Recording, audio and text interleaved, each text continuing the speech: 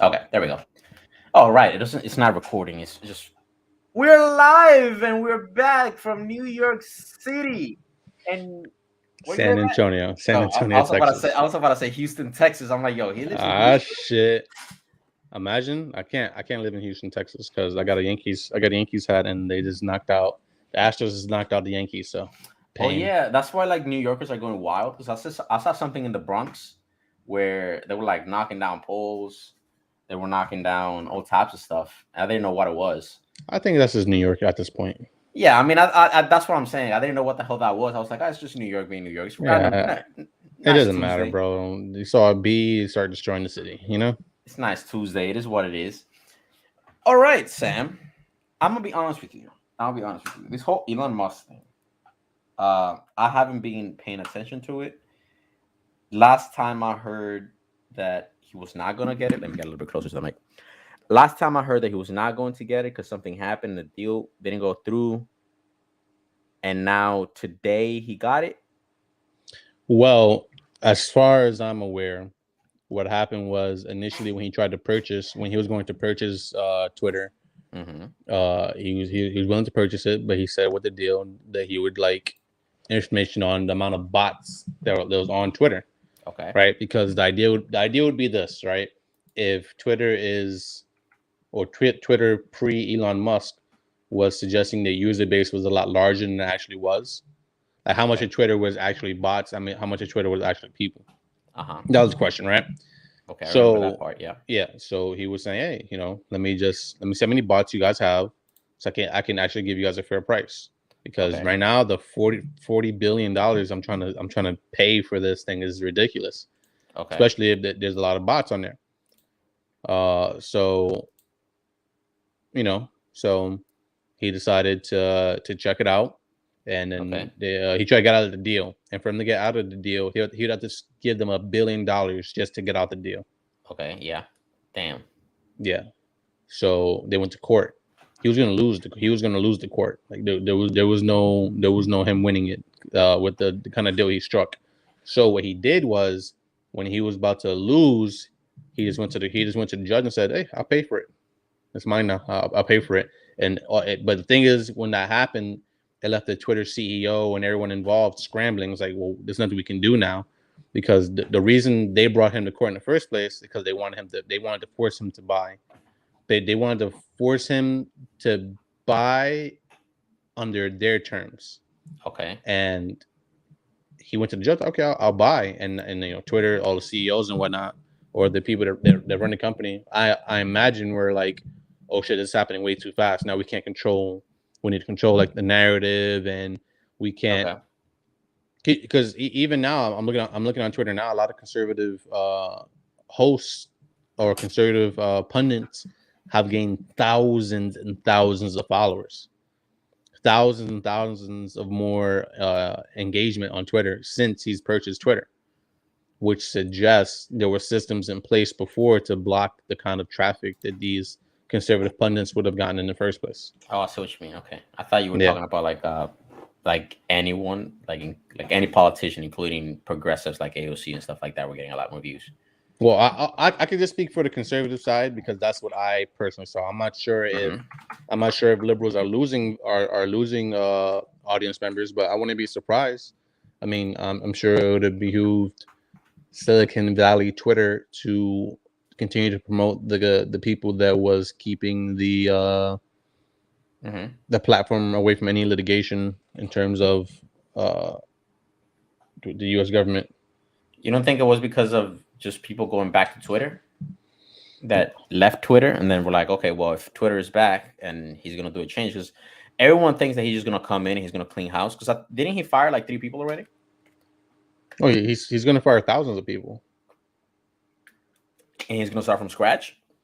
No, he's not going to start from scratch. Obviously, a lot of the main things that are there are gonna stay there.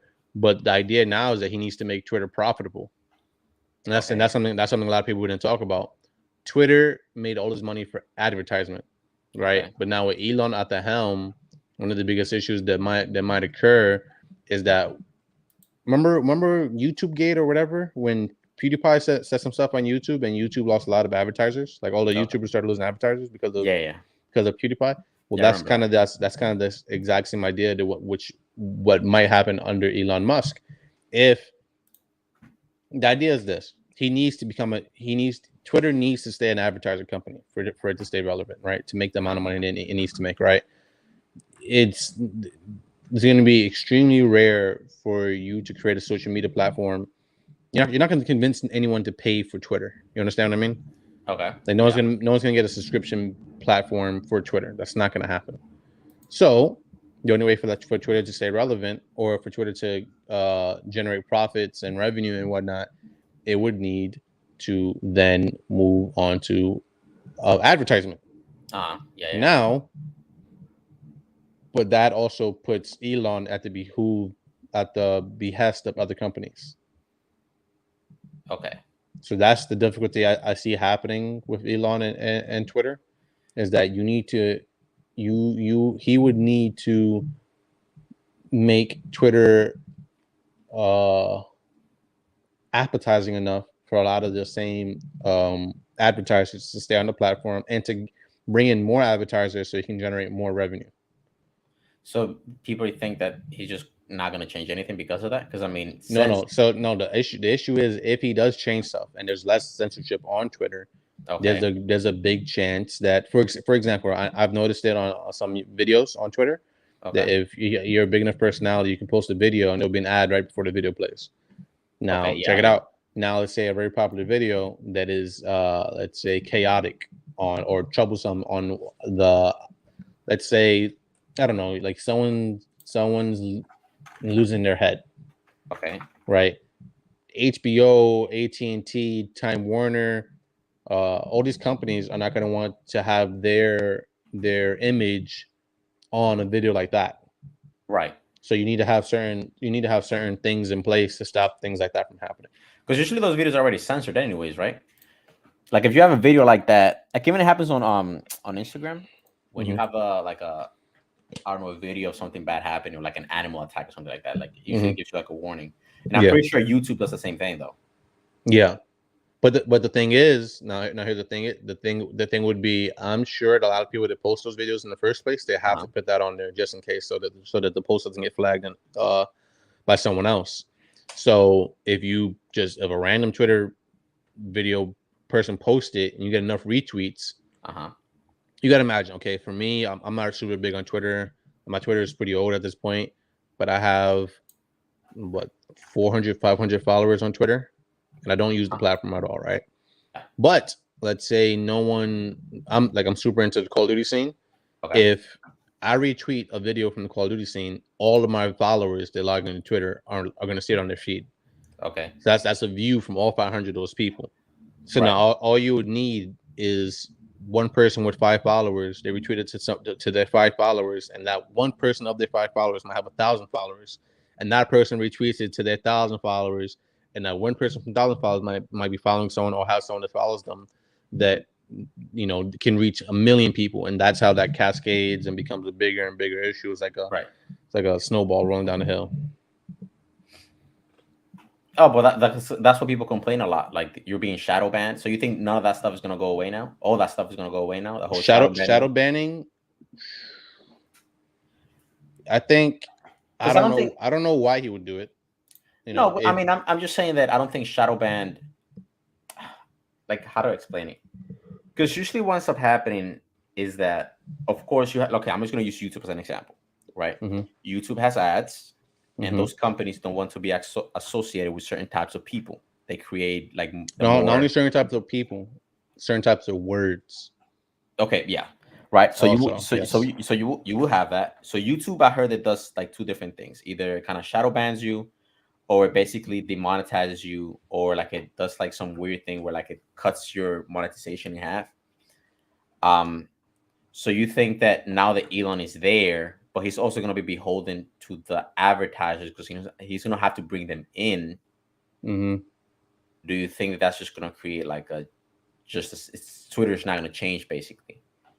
Because he's still going to be beholden to the advertisers if he wants to make any amount of money. I think there's enough change that he can do for the better. Like for example, I think shadow banning should definitely be something that should be getting rid of. I think if someone's voice is popular, you should let it grow organically. Mm-hmm. Because the only thing to counter bad speech is better speech. There's nothing else to counter. Silencing them just martyrs them and makes them grow exponentially. It's basically what they did with Andrew Tate, right? They made him into a martyr, and he's making way more money now than he was before. That's one. I think, and I'm not sure if this exists because obviously I'm not in these Silicon Valley offices having these discussions with these individuals that run these companies, but I think that okay. Here's a good example, right? If I'm what company owns HBO? Warner Brothers. If I'm Warner Brothers, and I'm speaking to Twitter or YouTube, I think something needs to be put on the table where it's like, well, where can I advertise Dance with Dragons at? Okay. Where should it be advertised, right? Who am I allowed to advertise it with? Right. So now the game becomes a more direct competition for the advertisers themselves. Because what if me and you make the same kind of content, right? But obviously my content, the way I speak would be more brash, as an example, and then you are very articulate and you have good criticisms, and you have and you also are very generous of praise, right? And then Warner Brothers will have to make the decision, which is, even though we had the same kind of content, who would they allow to use their names as advertising? You know what I mean?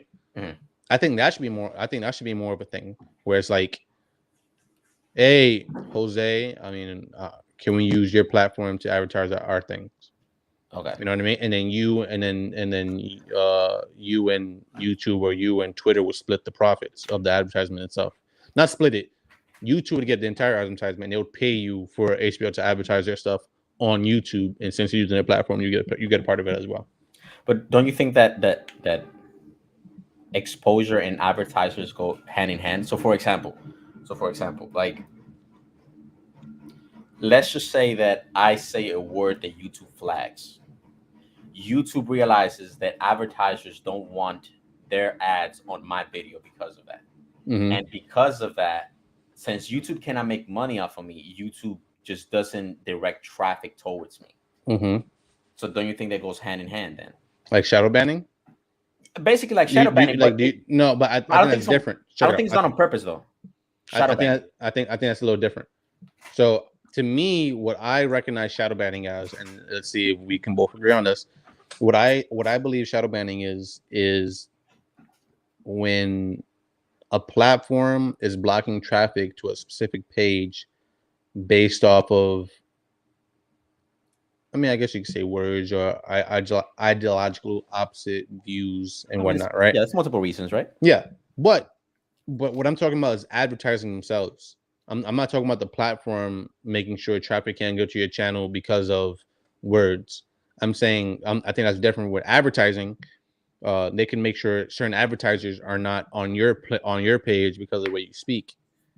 That could be different. I'm talking about them sending advertisers directly to your page. Yeah. That might fuck with your money, but I don't see how that would really necessarily affect how quickly you would grow. Well, I'm just saying that it would affect it because if YouTube realizes that they cannot make money off of you, they're not going to send traffic your way because they don't want your message or your words to be spread. Sure, but no. Wait, I hear what you're saying. I hear what you're saying, and I can see why that's an issue. So, what I think the best option would be then at that point is, because YouTube and Twitter, they have the right to not shoot advertisers your way. Yeah. Right, because but I think as long as you keep the algorithm open source, so you know what you need to do to grow. Okay. And if everyone's given the exact same tools to grow, besides the advertisement, because that's the money, you have no rights to the money that YouTube is offering. You have no rights to that. Okay. You have the rights to post whatever video you want. But so that's saying you keep the algorithm open source and you understand what's popular and what's helping people grow. Okay. Yeah. I think that's fair. Yeah, I think, but I do believe that YouTube and Twitter have the right to say Chase Bank doesn't need to put the advertisement on someone that's talking about some some wild shit. yeah. Because I was thinking of like the whole like red pill side of things. Like that's not a message that the higher ups want to push, especially because sometimes they can be. Let's just say Andrew Tate. That's not a message that people want to push. Mhm. Although Andrew Tate, from when I listen to him, he doesn't say anything. I don't think he says all the trigger words that Yeah. he doesn't want. But his videos still get a lot of traffic. I just don't know if they get monetized. So I understand what you're talking about now. Mm. So Yeah, I mean that's what I'm saying. Also, like also not only is that, it's also like, because we also have to separate the type of advertisers that would exist, right? Finances, as far as I'm aware, those advertisers pay the most money towards the content creators that talk about finances. mhm. Like Chase Bank is gonna throw out a lot more money than someone just talking about Call of Duty, as for an example, right? But let's go Red Pill community as an example, right? Tinder is definitely a place where that would help. That would grow there, right? Or not just dating sites, but I'll give you another example. Blue Chew. Yeah. Yeah, but the thing is, when the advertisers when the advertisers will get control on exactly where their messaging and products can be viewed at, I think that'd be a lot. I think that'd be a lot better. And again, But I'm not saying that doesn't exist now. I'm just saying that if I go on YouTube and if I'm looking up how to build a house, why am I seeing Game of Thrones stuff? okay. Yeah, Game yeah. of Thrones stuff. Why am I seeing like pick the advertisement for the content creator and the product you want to sell? Got you. I see what you mean. Instead of just being random, Mm-hmm. instead of just being this content creator's green light, he gets all the advertisers, even those that make no sense. Well, Mm-hmm. like if you're playing Call of Duty, but you're playing COD, but you're getting advertisers for, I don't know, like cleaning supplies or some shit like that. Yeah, it's like that. That makes no sense to me. Yeah, that makes no sense. Yeah. I see what you Yeah. mean. I mean, I don't use Twitter. I only use it to like look for stories. I haven't used it in a minute, but uh, we're definitely gonna do a follow up video because you use it more, so you can definitely tell us, what the changes that you're seeing, if any. Yeah. Because yeah, a lot of people don't see. I don't know. Some people don't believe that it's gonna change anything. I think it might, but again, I don't use it, so I wouldn't notice anything. Mm. So Okay. I mean, I guess we'll wrap up the discussion with Elon right here. I mean, I think that besides him just owning Twitter, uh as just another company that he owns, I think this is going to help him a lot more with Tesla and with all his other companies, because the other companies, besides SpaceX and the Boring company, more Tesla, is that the more and more you look at Tesla and what it is less of a vehicle, is less of a what's the exact word for that? What's the word for a company that sells cars? Isn't it Motor Vehicles or something? Yeah, something like that or whatever. But instead of just being that, it's becoming a data storage center. Right. Right. That's why Tesla is the best at self-automated driving cars, is because since they've existed since in 2008, they've been recording everything. Right. That's why they're able to they've only been making this AI robot for a year, Uh-huh. and it's as capable as people that's been building robots for I don't know how long. Well, it's because the same cameras that exist within Tesla now exist within the robots.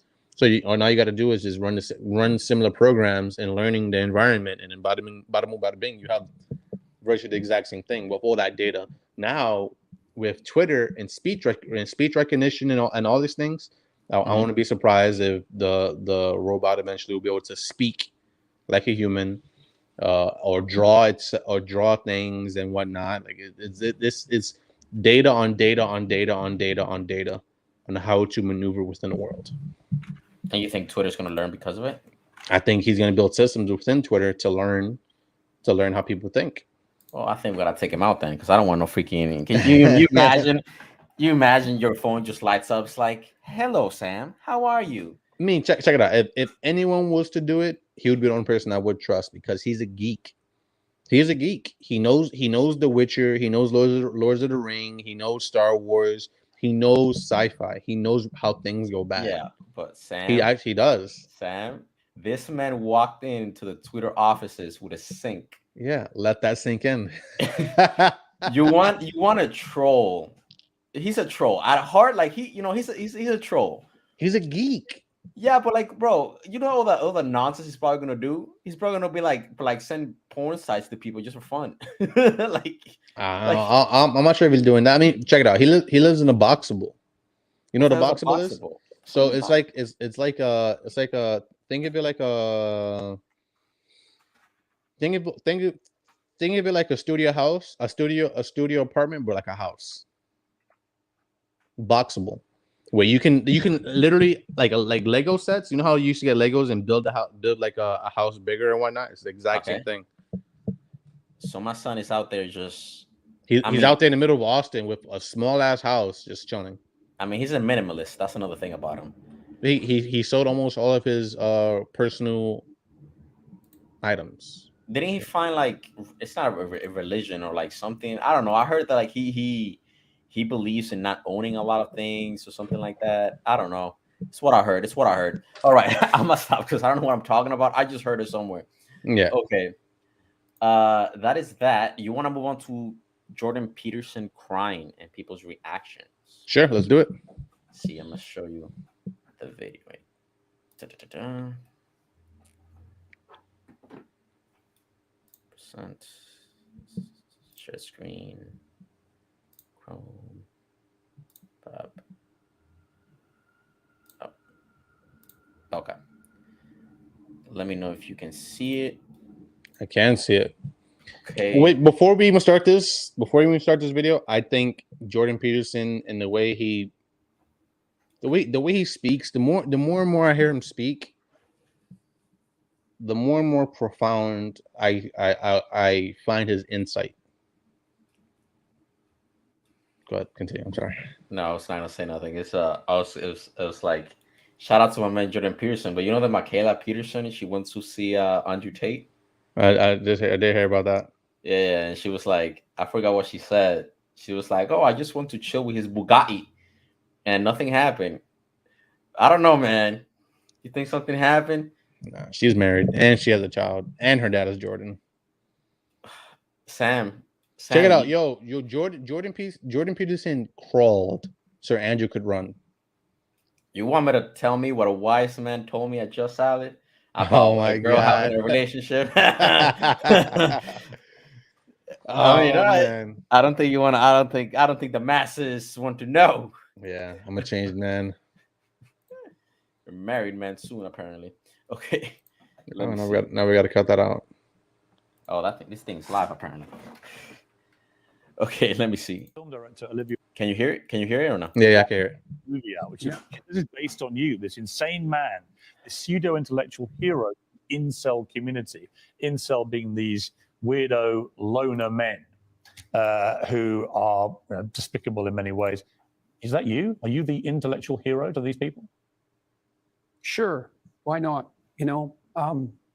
People have been after me for a long time because I've been speaking to disaffected young men. What a terrible thing to do that is. Mm. I thought the marginalized were supposed to have a voice. It's making you emotional. Talk about it. Well, God, it's very difficult to understand how demoralized people are. And certainly many young men are in that category. And you get these casual insults, these incels. What does it mean? It's like, well, these men, they don't know how to make themselves attractive to women who are very picky, and good for them. Women, be picky. That's your gift, man.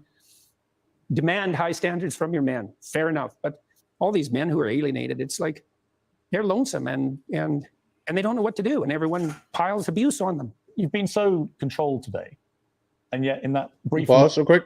Emotional. Why? So, and here's why Andrew became as big as he did. Mr. Tate himself, Top G. was because he basically said the exact same thing Jordan said, except he got a Bugatti.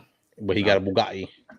Not only is that, fucking, he says it in a different way. He says it. I do think a lot. Sometimes Jordan is too smart for the average person to understand. Especially freaking that guy. That guy's a hard case. The guy that is interviewing him, he is whatever. Keep going. But you know what he just said. Andrew made a similar point, and I don't agree with Andrew on a lot of things because I've actually delved more into his content as of recently, and I just noticed that no one ever counters anything he says because they can't think of truths that block the truths that Tate is trying to say, or you just give him something and suggest that is wrong. Yeah. But Andrew made a point that the most dangerous kind of man, he was like, men aren't really dangerous. He's like, you want to know what kind? You want to know what makes a man dangerous? Disrespect. Disrespect is the number one thing in the world that leads a man to becoming the most dangerous man he can be. Because like, imagine how many single. Well, this maybe he didn't say this. Maybe I'm just thinking about this myself. The next part is that, and I thought to myself, imagine how many single mothers raise their sons, and in raising their sons, their son might have been a little too masculine for them at a certain point, and what the woman did, instead of humbling the man or humbling the kid that's about to become a man, they embarrassed them. Yeah, disrespected them because they felt as if they had all the power, so they can disrespect a kid or a young adult however way they wish, and then it leads to 70% of all men in jail or come from single mother households. Yeah. Or not only that, all you know, Andrew did make this point. He's like, disrespect is what leads a man to go murder. Disrespect is what leads a man to go shoot up the schools that they shoot up. Yeah. Disrespect is what leads this and that. And then Jordan's point that he's making, he's like, there's a bunch of men in the world that are disgruntled, that are sad, they have no direction in life. Yeah. And it pains him because like he knows where it leads. He's a psychologist. Because they often look for a father figure, but sometimes they don't find the best example. Yeah. And then you have the whole, toxic masculinity thing that a man is shamed for being competitive, right?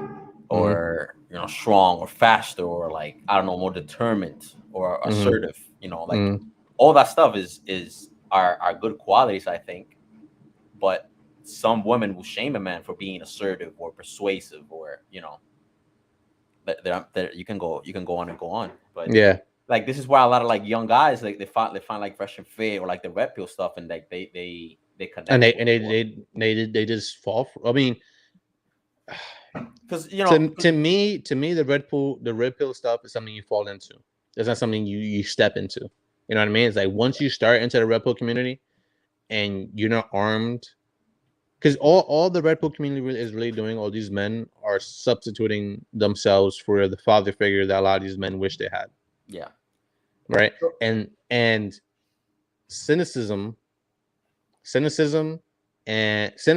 often viewed through to the uninitiated, to people that are unaware of how to counter certain arguments as wisdom, right? Yes. When you say things like when you say things like, well, everyone wants to be a top G like me and drive their own Bugatti and all this stuff and whatnot, when people hear that, they're gonna go, well, duh.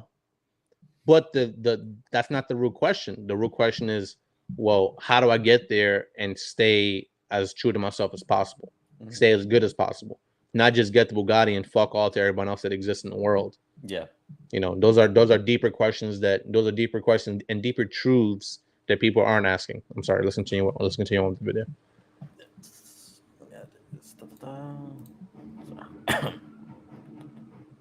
Okay, here you go. It's really something to see.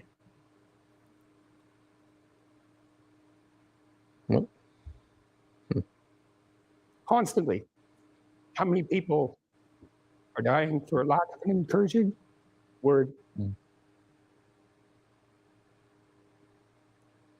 And how easy it is to provide that if you're careful. You know, give credit where credit is due. Say, you're a net force for good if you want to be. Do you believe you're a net force for good? Net, yes. In all the details, probably not. You know, no one's perfect. I think that's about okay, like 10 more seconds. So people make their mistakes as they stumble uphill. Jordan, it's been a fascinating interview. Thank you very much. Okay, that was it. That was basically the end of the interview. I was gonna say another thing with the whole like young people is like, you know, when you're like 17, 18, 19, and there's this other guy we're probably gonna talk about. His name is Nico. He's 23. He lives in New York, and he reminded me of. Yeah, he's a dumbass. Yeah, honestly, there's a couple of things that he said that I was like,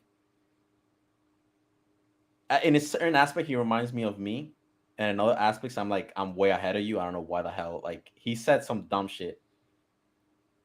Like, he ended up asking, like, hey, what is a relationship? Is it just chilling at home watching Netflix with your boo bear? And I'm like, that is the stupid. You're 23 and that's your idea of a relationship. You know, I'm pretty sure. He's young. Yeah, but that's what I'm saying. It's like, wait, how old are you? You're 23 as well, right? Yeah, I'm 23. Yeah, but okay, check it out. I'm 100%. Wait, hold up. I'm 100% sure that at 15 I would have had a better answer than that. And then another thing where I was gonna say is that he made me realize that the red pill guys is that they're so young and they just have a lot of opinions, but they don't have the experience. A lot of those red pill guys, like especially the fresh and fit guys, they haven't been in relationships. They've been maybe like in one or two, and then Sneeko, I'm like, you're 23, but it seems like you have never had a relationship. Like, I think you know what's an even harder take is that a lot of the red pill guys become the hoes they claim other hoes are. Yeah, it's just a lot of opinions. Like, that's what made me realize it, because with him, I started looking at the comment section, guys who follow the whole like red pill thing, and I'm like, have you gone out with girls? Have you had a longer relationship other than a month? Because he hasn't. Sneeko hasn't. Man, I have been going out, and I'm telling you right now. And it's also I've always wondered this.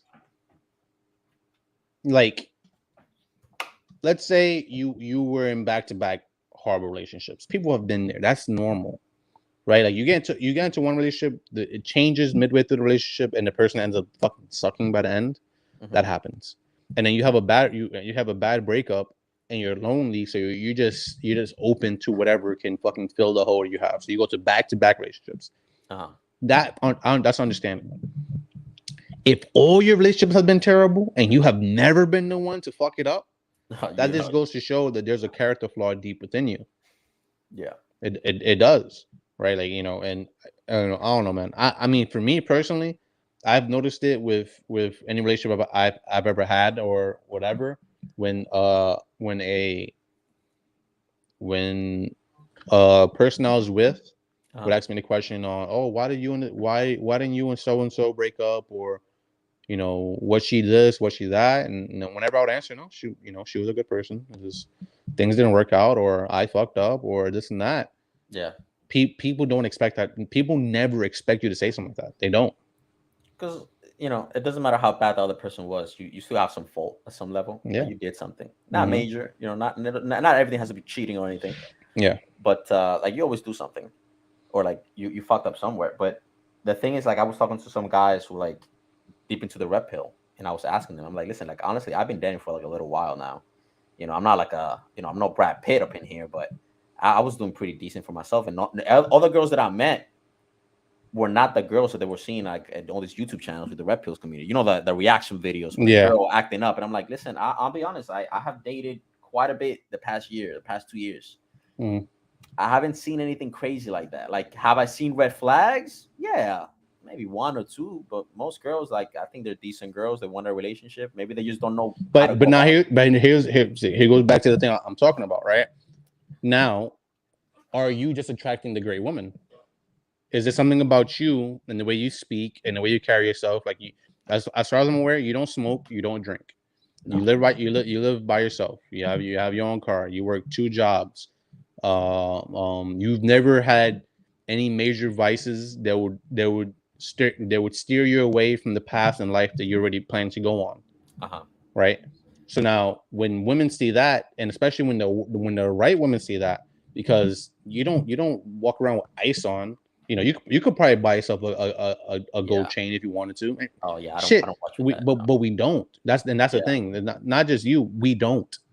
Is that I can buy if I wanted if I wanted a fucking brand new truck tomorrow, I can go get a brand new truck tomorrow. Yeah, a good credit and everything.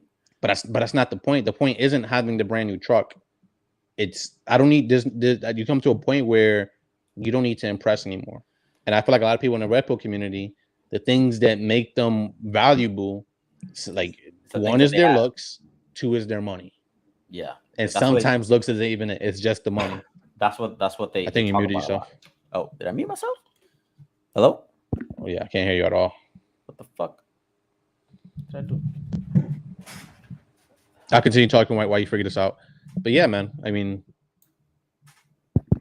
I've seen a lot of Jordan's content, and there's one thing Jordan said that it's stuck with me altogether, and I think it's pretty important. Jordan has said that working yourself in a way where it's like, what kind of person do you need to become to get the best girl or the best person or partner that you would want? It's still not working. Fuck. And you know, maybe you need to be the type of person that always has a clean room. Maybe you need to be the type of person that has a job. Maybe you need to be the type of person that doesn't go out in dirty clothes, right? Like just little simple things that you can change about the way you live that will make you the ideal partner in the long run. Hold on, let me just. Yeah. We lost Jose, but don't worry. You got Mr. Chocolate Latte here. Nope. Still can't hear you. Don't worry. The podcast is really about to turn up now. Sure. Hello? Nah, you out of here, bro. Man, I mean, we could wrap this. We could wrap this up right here. I mean, since we can't hear Jose. I don't know, guys. Thank you for tuning in. This has been Lidat. We have come back, and we will thrive again. Now we're in a rush to the end of the year. We still need to hit 100 subs. Make sure you guys are subscribing. We will upload this directly to YouTube, the entire video, and then we'll upload clips. We'll also upload the entire thing to Spotify, and then you will hear the full. There you go. Oh wow! I think that's the webcam though. I don't think this. I'll figure it out later. Yeah. Shit, I was gonna say something else, but I completely forgot. I was gonna say that kind of we attract what we are. So like, if you're a guy, not always. You don't think so? I mean, the majority of the time, like the way you carry yourself goes a long way. No, we both had crazy girlfriends, and neither one of us are crazy. I mean, sometimes I wonder of that about myself. Are you crazy? Yeah, I mean, don't worry, I got tested. Okay. All right. All right. I also think it might just it could also be the age, you know, popularity of certain ideas just at a certain age is just takes over. You didn't see academics fighting with a girl? I heard he was a clown. Oh my god, bro! This freaking guy was. Let me show you a clip real quick. First of all, they went to Fresh and Fit. I'm just gonna give you a rundown because I don't want to put the video up. There's this girl, and she has she has a deep voice. I think she's from New York, and I don't know. They're talking, and for some reason, he starts making fun of the way she speaks of her deep voice. Yeah. He's like, "Oh wow, you sound like an N word." It's like your deep voice. I don't know. I'm like, what the like fuck? An N word or an Ed word? No, like an N word. Like okay. Like it's like it's like, that's crazy, bro. Imagine telling someone you sound like an Ed word. Holy shit. So whatever he says that it's like she kind of like ignores him.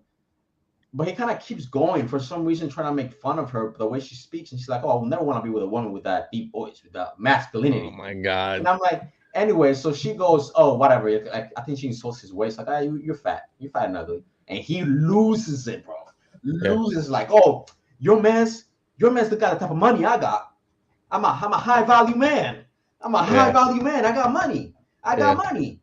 So then let me show you this quick clip of his dumbass fighting with his girl downstairs in the lobby for whatever reason. Who? Academics. His crazy ass.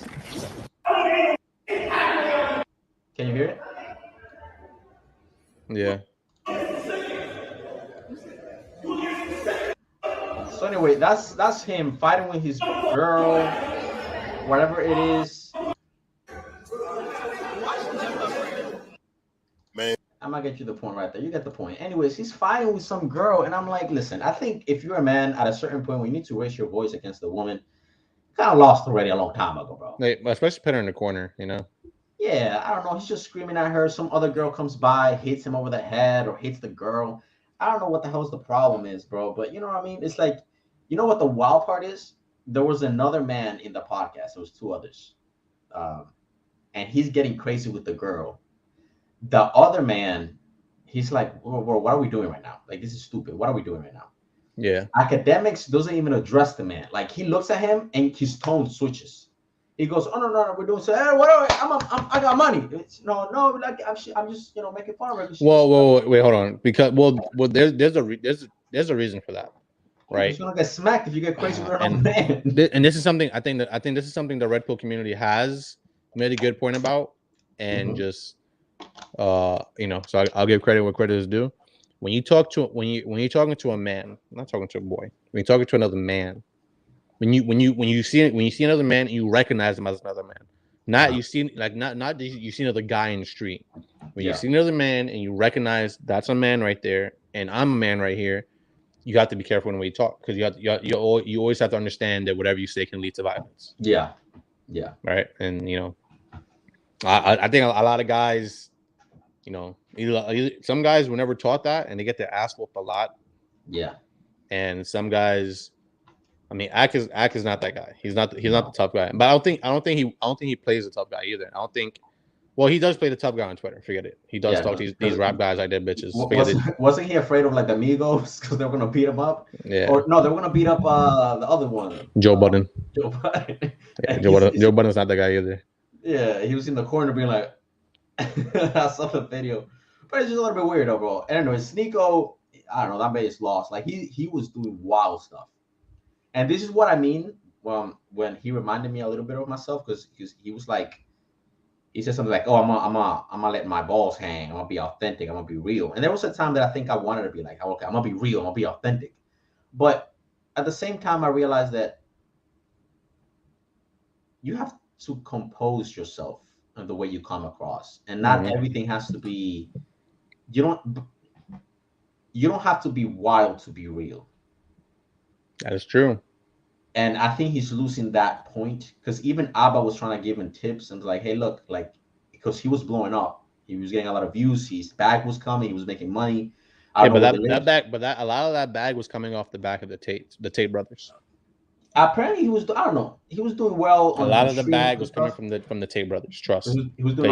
He was talking to a lot to Tristan, and he even went to Romania so he can do a video with them and whatnot. A lot of that bag is coming from not the Tate brothers paid him directly, but his association with them is getting him money. Yeah, like doing that Andrew Tate content was going up a lot before. Yeah. But even Abba was giving him, he was giving him advice. He was like, listen, like, you're doing interviews with Triple K members and racist and all this type of stuff. Like, YouTube is gonna knock you down eventually. Yeah. And like, he ended up doing something where he acted like he was having sex with another female YouTuber. And Abba was like, bro, what are you doing right now? That's wild right now. Yeah. And anyways, he got banned. He got banned from everything. Well, I thought he got banned because he posted a video of him I thought he got banned because his video went to the Senate, or it went to a court hearing, and then he recorded the court hearing and them doing his video, and he said something about it, and then right after that he was banned. Well, apparently he got 3 strikes. So that was one of them with the girl, and then so he had 3 strikes already. Okay. He had 3 strikes, but even Abba warned him, like, yeah, look, what are you doing, young blood? Like, you're acting wild right now, and he didn't want to listen. So then he made a video being like, oh, Abba doesn't care about me. I'm like, listen, Abba was giving you the most. He was giving you game, and you slapped him in the face because you were young and naive, and you dropped the bag. You fumbled it for what, I think that even because he was acting like, oh, the masses, I'm like the truth. I'm spreading the truth. And that's the thing, bro. It's the same thing. It's the same thing that's affecting the same age group. It's the there's people against me, so I have to do something to attack. Yeah. That's what made Chop, the Chop system in Seattle. That's what's making Sneeko. That is also making a lot of these degrunts to incels. Yeah. And it's like we have to find a way. You're frozen, but oh no, you're good now.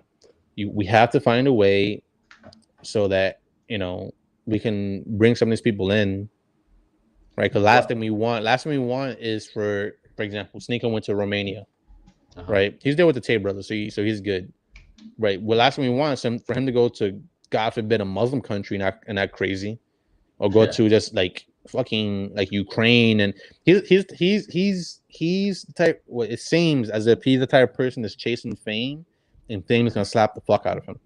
Already did. He got banned on everything. Yeah, but he's still gonna make his bag, bro. With his connection to the Tate brothers, he's gonna bring more people to Rumble, and if he just keeps doing shit with the Tate brothers, he's gonna have the bag the rest of his life.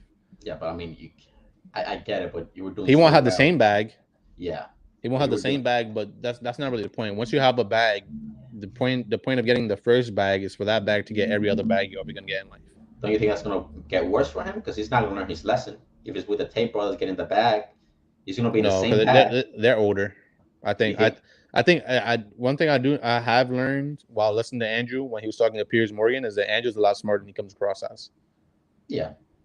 He also understands that some of his ideas are indefensible, so he won't defend them, and he'll use the shield of the Quran or the Bible to defend himself, or to use as a shield. But he is intelligent, and he understands how to maneuver a conversation in a direction that he's looking to aim it towards. I mean, he also admitted that some of he also understands why he was banned. That's another thing. Like, he understands the mistakes that he made and how he came across. I saw an interview that he was having where he was explaining. It's like, yeah, you know what? Like, in hindsight, I should have done things differently. And I think that's that's just but also, and here's an even important thing, and this is something I will say to Andrew's character, or not. I do think this is a good character. He stands by what he said. He takes responsibility for what he said. Yeah, and the problem isn't what he said; it's how he said it. Not so he recognizes it. He's like, well, all the thoughts of the ideas, or the ideas that I was sending out to all these millions of people, those are still my ideas.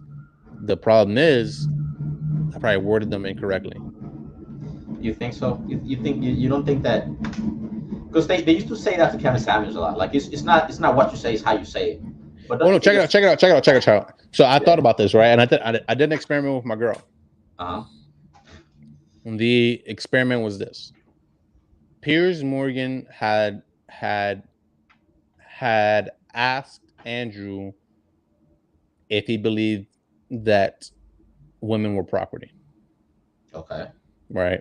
And I understood the moment he used property that he was ready in the trap. You can't argue around that. You can't argue around property, right? What he should have did, in my opinion, is that he should have changed the definition of what he should have changed the definition, or he should have added definitions to property that would have made his argument sound even better, right? Mm-hmm. So, and he said, oh, for me to be with someone, I need to have some type of authority over them as well. Mm-hmm. But that is true. That is true. To be with someone, you must have some type of authority over them. But that's not to say it's in one direction. They must also have some type of authority over you. Okay. They should be able to tell you, no, I don't want you to go to the club. You should be able to tell them, no, I don't want them to go to the club. That's authority, right? Mm-hmm. That's ownership. And that's another thing, another word he could have used instead of property. Ownership. What's the difference between the word ownership and responsible for? So he will have to use the words responsible for, not ownership. Yeah, he would have changed, if he would have changed property to ownership, or to responsible for, then it changes everything. It changes the entire conversation. Yeah, property is obviously a word that they're going to bring down to slavery and make it seem misogynistic and whatnot. It has a negative connotation. Yes. So check it out. So I asked my girl, I was like, do you think that I have the authority to make decisions that will make you maximally safe with the least amount of restrictions on your the life you live. And she goes, yeah. I was like, well, is that obvious to you? She goes, yeah, that's pretty obvious to me. Like, I think that that I shouldn't probably walk in the middle of the street. And if I decided to walk through the most dangerous neighborhood at night, I think you have the right to tell me not to do that. And I was like, okay. I was like, but I'm not forcing you not to do it. I'm just clear. I am given in some type of fashion an order. Don't do this. But that's not the same thing as property, right? Like even after whatever, and then I think Andrew said, well, you have the same kind of responsibility over your children, and he goes, I have legal authority over my children. He should argue that point back. He should be like, well, what gives? So what if you have legal authority over the person? You have authority over the person. Adding legality to it doesn't change the morals of the situation. Doesn't make it okay now. Yeah, it doesn't change the morals of the situation. But Andrew didn't argue that point. And that's what I mean. Is like he's clearly intelligent, and also I'm not in the interview seat. I'm obviously watching it so I can think to myself. Yeah, because at the same time, Pires was not letting him speak at the same time. Like I saw that interview, and he was just cutting him off left and right. So probably Andrew was like, okay, like how can I maneuver through this, because I cannot get a thought across. Yeah. So because every time he's trying to make a good point, that's when he would get cut off by Pires. Yeah. So probably that threw him off a little bit. Yeah. Maybe not threw him off, but like. I mean, but and to Pierce's credit, I mean, if you believe that this person has dangerous ideas, that's the part of the technique you would use to make sure that the momentum of his ideas that he is spewing will never happen during the interview. Yeah. You want to maximize the amount of audience that you bring in for yourself, and you want to minimize the amount of audience you'll be giving the other individual if in fact that you find the other individual heinous or you dislike them or whatever. I mean, he did say after the interview that he gave a credit to Andrew, actually. I think I saw another clip where he talked about Andrew. He was like, yeah. Oh, but he continued to call him misogynistic even though he wasn't. Yeah, because I think Andrew made a good point on that one. I forgot what the hell he said. And he was like ageist perhaps. He was like basically he was basically saying, well, being anti 25-year-old is misogynistic itself. He was like, no, it's not. Is ageist perhaps, but it's not misogynistic. Yeah, and also he also went on to explain later on during the interview. They asked him. I think he was asked, or it came up in conversation. What ages does he date? And he went on to say, usually the girls I date are between 25, 26, 27. Yeah, so it's like you can't be misogynistic towards one group of women and then still date the same group of women that he was being misogynistic towards. It makes no sense. Right. Yeah, it was counterintuitive. But by the way, just a real quick thing. You think there's any solution for this? Because for the incels, bad. Because we basically agree that there's a certain age range between 17 to 23, 24. Well, I think the number is getting lower. I would say the number is starting at 14. I think the age is starting at 14, and the dangerous levels, the danger levels is from those teenagers right there to 22, or the danger zones right there. Because look, I saw this. It was this. It's like this podcast between three guys, and they were talking about how men don't get compliments. It's not to be a cocky, but I get compliments. I get compliments as well. Yeah, so I couldn't relate to that. In fact, I think, and this is no more. I get compliments from men. Yeah, I get compliments from women as well, but I get compliments from my woman currently, but I get compliments from men. Nice save. It's like, oh, okay, but do you think that because of that we went a different direction? That let's just say Sneeko, because Sneeko is my same age. I mean, he's not a good, ugly looking kid. So he was in Vogue, wasn't he? Yeah, he's a good looking kid. No, I mean, he was a model. He was in Vogue, I believe. Yeah, he was in Vogue. So I'm guessing for other young men that don't get compliments, I'm pretty sure that probably messes them up. If they're 17 from 18, they don't get I mean, like 14 to like 22, they don't get compliments. I think the worst part of it is this. It's not just compliments, is that not doing anything that's worth a compliment. I think that's the problem. Is that not only are they not getting compliments, the fact of them not getting compliments enables them, or it seems as if it catalyzes them to not act in the way where they should get compliments. But right? It's like, why would I play basketball and try to dunk on someone if no one can even notice the outfit or the sneakers that I'm wearing? Well, like, who am I doing this for at the end of the day then? But don't you think that's a rabbit hole? Because you're saying they're not doing anything to give them compliments. But like, let's just say, for example, that I never got any compliments, but I only started getting compliments after I got my own place and my own car. Don't you think that that is going to make me hate the opposite sex? Because I'm going to be like, no, wow. I think it behooves you to, I was talking about this with Jordan Peterson earlier. It behooves you to make yourself the most marketable person you can be, so that you can receive the compliments that you want. Right. That's why Instagram and all these other social media sites are the way it is. That's the attention currency. Right. But there's things that for us as men that we need to have. Like, okay, we can just do this. We can just do the inherent thing, right? Let's say there's two men. They're both single. One lives in an apartment. One lives in a condo. Who's more valuable?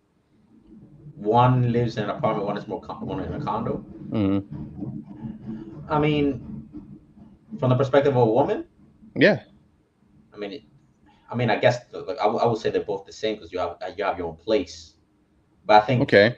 Because listen, for me personally, okay. Which one would be more valuable, and the guy receiving the most women he could possibly get?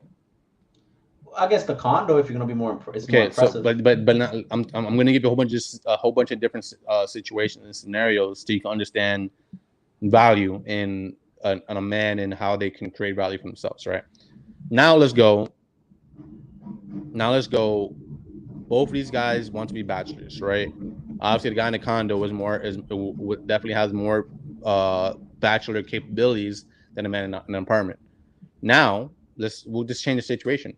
Who has more bachelor capabilities, a man in a house, or a man in a condo?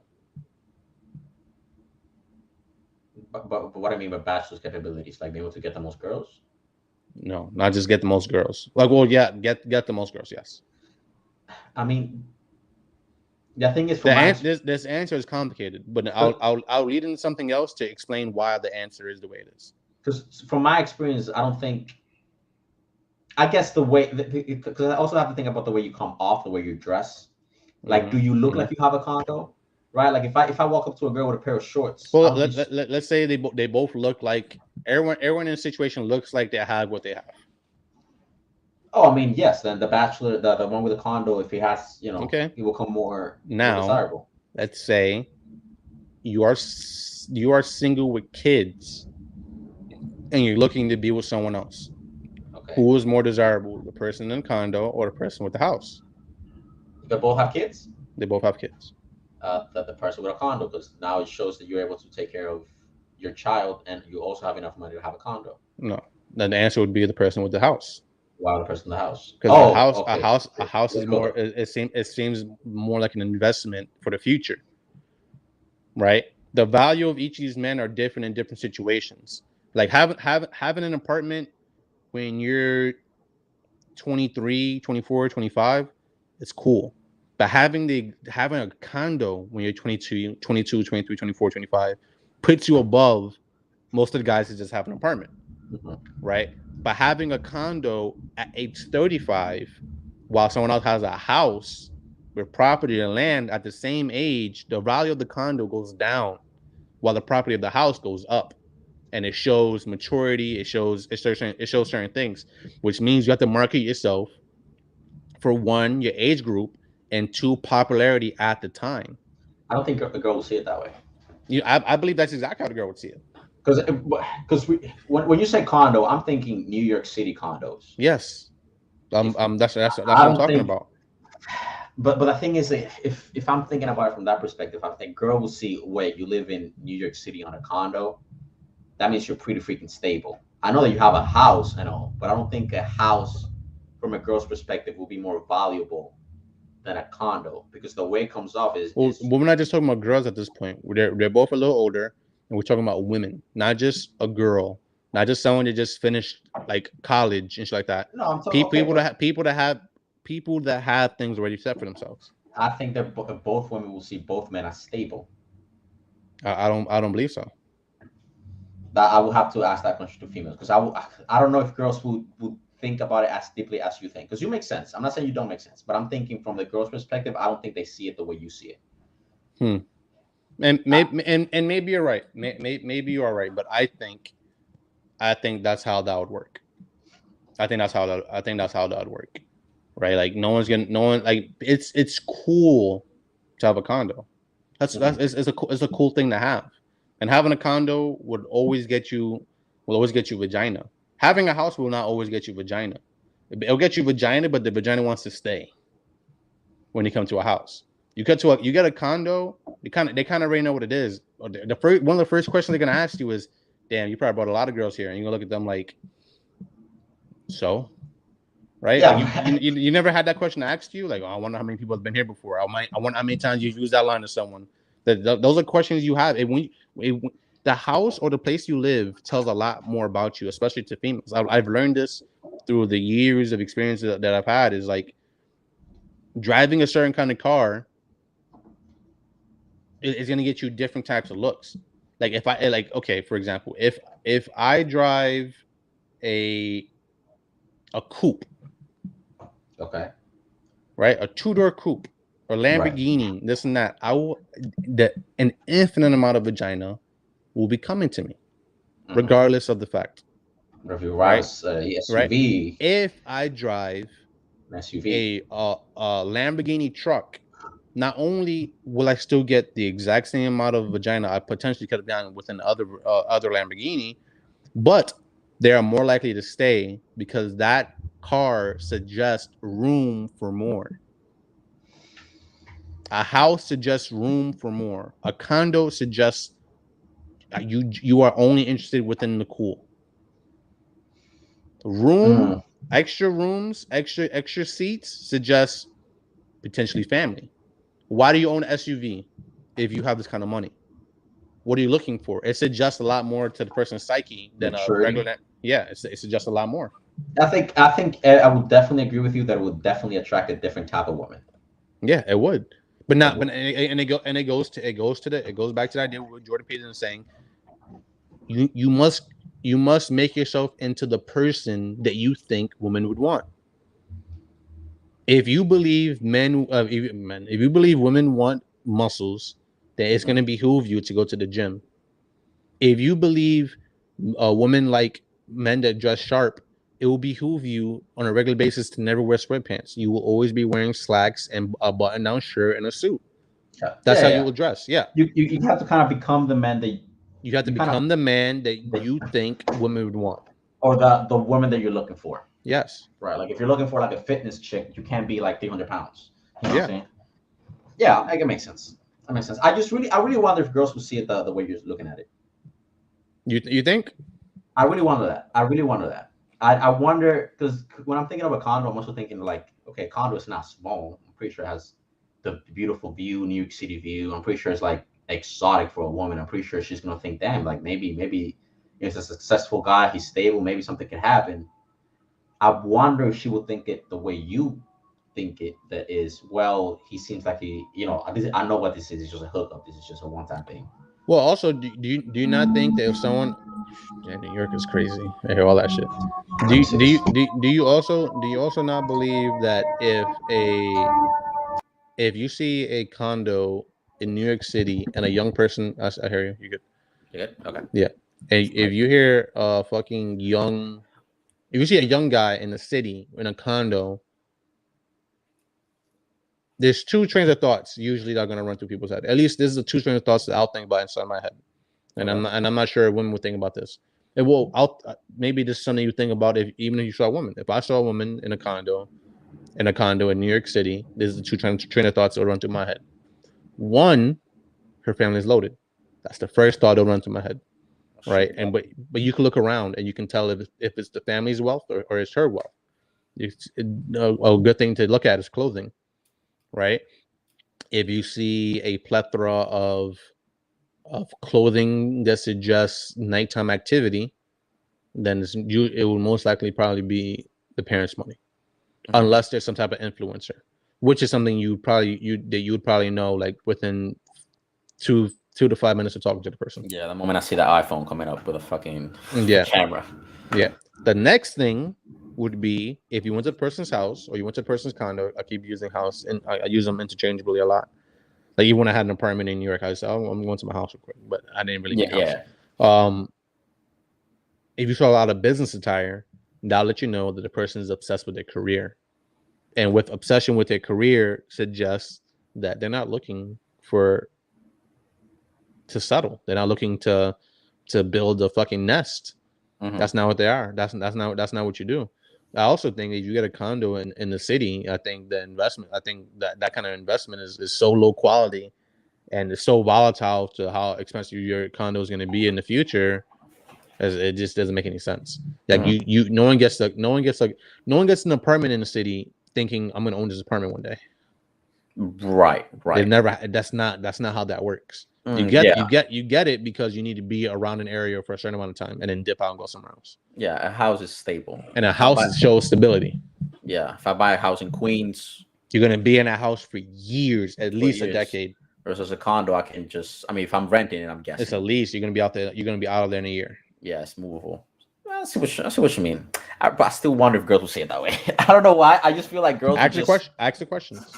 Ask women the question, and then also try if you need to come back to the conversation and actually hear exactly what I'm saying, so you can bring the argument to them the way I'm bringing an argument. There are more girls on my job. I'm gonna go because I'm gonna do the overnight.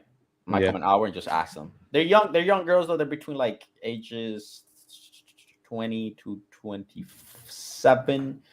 So I'll let you know the next podcast. Well, you can just go like this. Who would like? You know, I guess. I mean, this is how I used to do it when I was in the city. Who would you rather fuck and who would you rather be with? The person that owns the condo or the person that owns the house?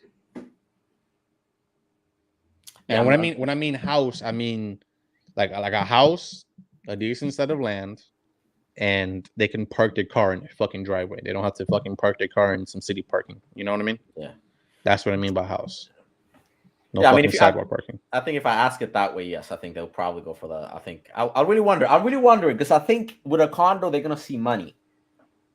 Yeah, and they're gonna think and they might see a Louis bag. Maybe they might see a Louis bag. Maybe. But that's not playing. But that's the thing. There was a game we played in middle school, and I'm not sure if you played this when you were the same age I was in middle school. I'm not that old. I'm young. I was in a social studies class, and Mr. Goldberg was his name, the teacher's name, and he said, "I'm gonna play a little game with you guys, but I'm not gonna tell you the rules to the game. The only thing I will tell you is that I'm gonna give each of you guys a marshmallow right now, and you guys better have lunch, so you can eat that marshmallow, or you can wait until after lunch, come back, and I'll give you 2 marshmallows." And majority of the guys decided to eat their marshmallow before lunch. I have it now. Let me eat it now, and then fuck it. A lot of the women decided to wait until after lunch so they can have 2 marshmallows. Oh, is that an example that you gave? You did or someone did about the whole like if I give you $1 now or $1 million tomorrow or something like that, or $1 million a year from now, or something like that. Like, okay, at what point is the value of money inside your head less valuable? Let's say if I was to suggest I'll give you $10 now, $20 next week, but if you waited 1 month, I'll give you $100. People might say, "Well, I don't really need the money. $100 sounds nice, sure." Like, well, let's say I'll give you $10,000 now, or I'll give you $20,000 in 2 years. What are you gonna take? People gonna take the $10,000. Yeah, because the value of the $10,000 now it's potentially more valuable than the $20,000 in a couple of years. Yeah, so you can literally scale the importance of money like that. Like you can make a line graph and everything. Yeah, I really do. Okay, interesting. Okay, I got you. I'll ask a question. See what's up. See what's up with them. All right, we're an hour and 10 in. I think we'll close it off here. We have a lot more topics. I think since this is live, you could probably upload this directly to YouTube immediately. Yeah. And you could probably upload this directly to Anchor, like Spotify immediately, and let the people hear it. Yeah. We should find a way to see if we can do this directly on YouTube. What? The live. Oh, the live is on YouTube. We're on YouTube. Oh, we're on YouTube right now? Yeah. Oh no shit. I didn't know. I don't know what the hell I hit. I just went to YouTube. I don't know. I was like, you know what? F it. It is what it is. Let's work. I have an overnight, but like around just pick the things we're talking about: Andrew Tate, fucking Elon Musk, Twitter, all that stuff in the title. Yeah, I'll have time. I mean, I'll be coked up on caffeine pills at 10. I gotta make it through that overnight. Sounds good. All right, guys. This has been Lidat. Subscribe, share, love it. We'll be on Spotify. Make sure you follow all our Spotify accounts as well. We're in goal time right now. You know, we're back. Hopefully you guys welcome us back. Let's try to hit 100 subs by the end of the year. That was the original goal we had. We took a couple months off, but I know you guys missed us. Yeah, and we gotta have that Game of Thrones conversation because you. We will. We can do it tomorrow, bro. You say you're Team Black. I am Team Black. Oh my god. Yo, let's do it tomorrow. Let's do it tomorrow. You better come prepared because I got I hate Team Black. Let's do it tomorrow. All right, bro. All right, man. Take Peace care, out, guys. Man, this thing.